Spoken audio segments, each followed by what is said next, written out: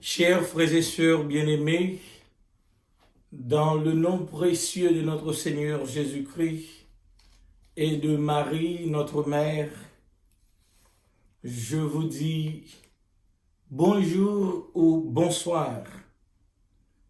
Aujourd'hui, nous allons méditer avec toute l'Église 2 juin, l'Évangile du jour. Et en même temps, nous voulons te rappeler que ce mois de juin, c'est le mois dédié à la Vierge Marie, sous le vocable de Notre-Dame du Perpétuel Secours, patronne de la République d'Haïti. Évangile de Jésus-Christ selon Saint Marc. En ce temps-là, on envoya à Jésus des pharisiens et des partisans d'Hérode pour lui tendre un piège en le faisant parler. Et ceux-ci vinrent lui dire, « Maître, nous le savons, tu es toujours vrai. Tu ne te laisses influencer par personne, car ce n'est pas selon l'apparence que tu considères les gens, mais tu enseignes le chemin de Dieu selon la vérité. Est-il permis, oui ou non, de payer l'impôt à César, l'empereur? Devons-nous payer, oui ou non? Mais lui, sachant leur hypocrisie, leur dit, « Pourquoi voulez-vous me mettre à l'épreuve? Faites de moi voir une pièce d'argent. » Ils en apportèrent une, et Jésus leur dit, « Cette effigie et cette inscription, de qui sont-elles? » De César, répondait-il. Jésus leur dit, « Ce qui est à César, rendez-les à César, et à Dieu ce qui est à Dieu. » Ils étaient remplis d'étonnement à son sujet.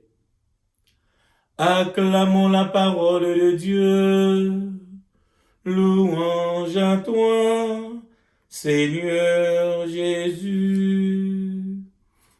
Chers amis, chers frères et sœurs bien-aimés, je fais mon entrée dans ta maison, dans ta vie, en ce matin, pour méditer avec toi la parole de Dieu que nous apporte Saint Marc aujourd'hui, comme déjà nous sommes au début de ce temps que nous venons de recontinuer, qu'est le temps ordinaire.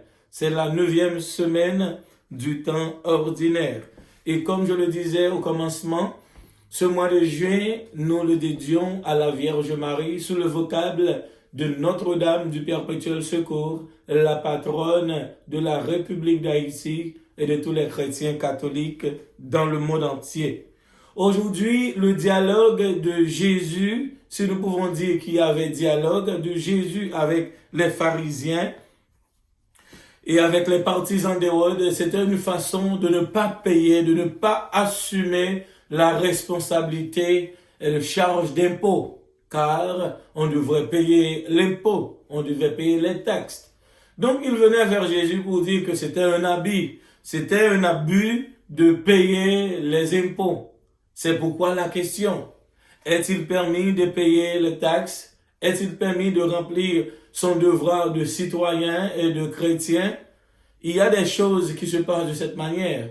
Nous avons un devoir d'homme, un devoir de citoyen et un devoir de chrétien.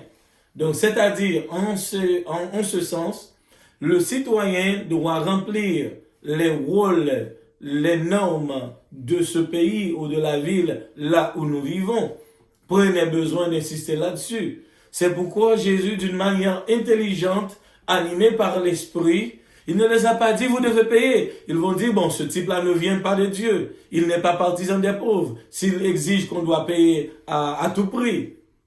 Mais Jésus a demandé seulement une pièce de monnaie pour demander la photo de qui il y a sur cette monnaie. Eh bien, c'est là cette phrase fameuse que nous utilisons dans toutes les langues, dans toutes les cultures. Donnez à Dieu ce qui est à Dieu et à César ce qui est à César. C'était la réponse de Jésus pour leur dire s'il faut payer l'impôt à la ville, s'il faut payer l'impôt au pays, il faut le faire. Il faut remplir ses devoirs et il faut remplir ses devoirs pour pouvoir espérer l'obligation qu'on a envers nous-mêmes. C'est pourquoi nous autres chrétiens, nous sommes obligés, nous sommes appelés à remplir nos devoirs comme chrétiens en ce qui a trait à notre foi, pour également demander ce que nous en avons besoin ou encore exiger ce que réellement nous en avons besoin.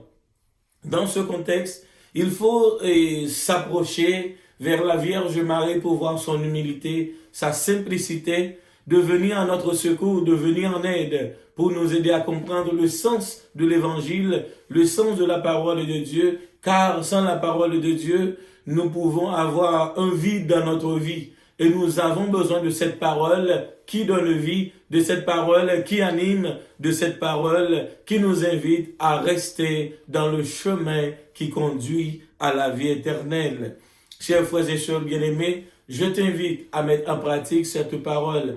Il ne faut pas dire que j'ai pas de temps pour prier, j'ai pas de temps pour me rendre à l'église, j'ai pas de temps pour me connecter, mais pour aller au travail, j'ai encore du temps, mais pour visiter mes amis, j'ai encore du temps, pour faire d'autres choses, j'ai du temps. Mais quand il s'agit des affaires spirituelles, donc je dois chronométrer, je dois planifier, mais c'est-à-dire, toi qui penses que tu n'as pas de temps pour servir le Seigneur, mais qui t'a donné la vie, qui t'a donné le sens de la vie, qui t'a donné le pain de quotidien, qui t'a donné le manger et le boire.